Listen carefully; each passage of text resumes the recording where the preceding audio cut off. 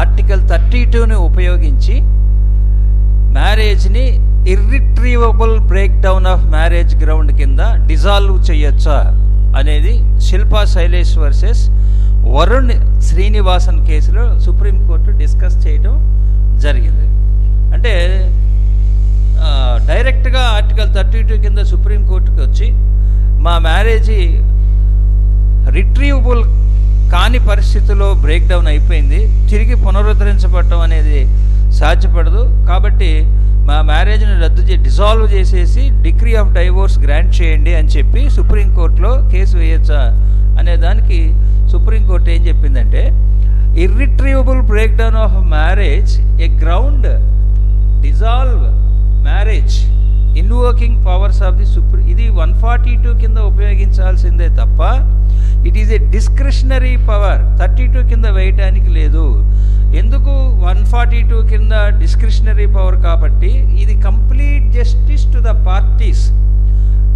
తన ముందున్నటువంటి Supreme Court when Supreme sat that the facts establish show that the marriage has completely failed and there is no possibility that the parties reunion cohabit together and continuation of the formal legal is unjustified అని court 142 కింద feel అయినప్పుడు ఇవ్వచ్చు తప్ప ఇర్రిట్రీవబుల్ break down అనేది other కండిషన్స్లో డైరెక్ట్గా వచ్చి ఇవ్వటానికి 32 కింద వేయటానికి లేదు.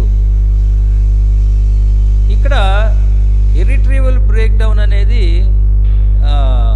ఎప్పుడు తీసుకోవాలి, దానికి పారామీటర్స్ ఏంటి అనే దానికి కొన్ని గైడ్ లైన్స్ ఇచ్చారు. వాటికి వెళ్ళబోయే ముందు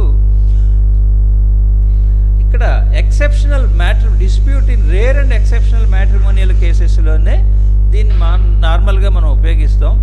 దేనికి చేస్తామంటే in the best interest of వాళ్ళ యొక్క పార్టీస్ ఎవరైతే ఉన్నారో ఈ కేసులో వాళ్ళని మిజరీ ప్రాబ్లమ్స్ నుంచి దాని నుంచి తప్పించడానికి resultant sufferance, misery and a torment shall continue unless the decree of divorce, formal divorce is granted.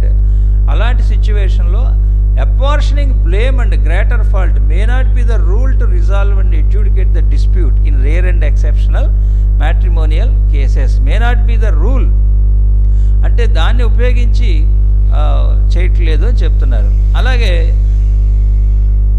Hindu marriage యాక్ట్లో వెయిటింగ్ పీరియడ్ ఉంది. దాన్ని mutual consent divorce can be waived by supreme court. 6 months waiving period that can be waived by supreme court by invoking article 142 powers. దాన్ని in view of settlement between the parties మధ్య వచ్చినటువంటి settlement చేసుకుని దాన్ని waive చేయడానికి discretion to dissolve the marriage mutual without being bound by the procedural requirement to second motion. ఒకసారి move చేసిన తర్వాత 6 నెలలకి ఉంటుంది. కాబట్టి this power should be exercised with care and caution. ఆ 6 monthsని ఎప్పుడు వేవ్ చేయాలనేది కేర్ అండ్ కాషన్ చూడాలి అని చెప్తుంది.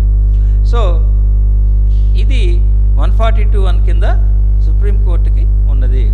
ఆర్టికల్ 30-226 కింద parties should not be permitted to file a writ petition for that matter under article 226 కింద కూడా వేయటానికి లేదు.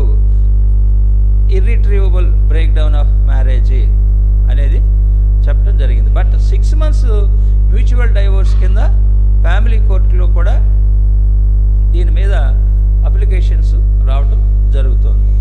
ఇప్పుడు 32 కింద వేయటానికి వెళ్ళలేదని చెప్తూ ఏ పారామీటర్స్ని ఉపయోగించి సుప్రీంకోర్టు ఇర్రిట్రీవబుల్ బ్రేక్ డౌన్ అనే దాన్ని నిర్ణయించవచ్చు అనే విషయాన్ని చెప్పింది. దీంట్లో సుప్రీంకోర్టు చెప్పేది అన్ని ఫ్యామిలీ డైవోర్సులు మనం ఇలా చూడటానికి లేదు. ఎప్పుడైతే 6 months when the parties had lost the nature of allegations, several factors, వాళ్ళు ఎంతకాలం ఉన్నారు, such as the period of time the parties had cohabitated after marriage, when last cohabitated, the nature of allegations made by the parties against each other and their family members, the orders passed in the legal proceedings from time to time, cumulative impact on the personal relationship, and 6 years minimum they have been separated. Any settlements, how many attempts were made to settle the dispute? And when the last attempt was made, the period of separation should be sufficiently long, and anything above 6 years or more will be a relevant factor.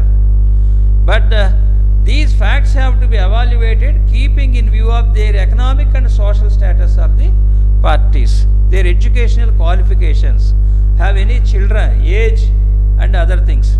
The spouse and children are dependent, in which event, how and in the what matter the party seeking divorce, care and private. So all these are the points, relevant factors to be taken into consideration to decide this irretrievable breakdown of the marriage. So 32 is not or 226 is not a remedy to avail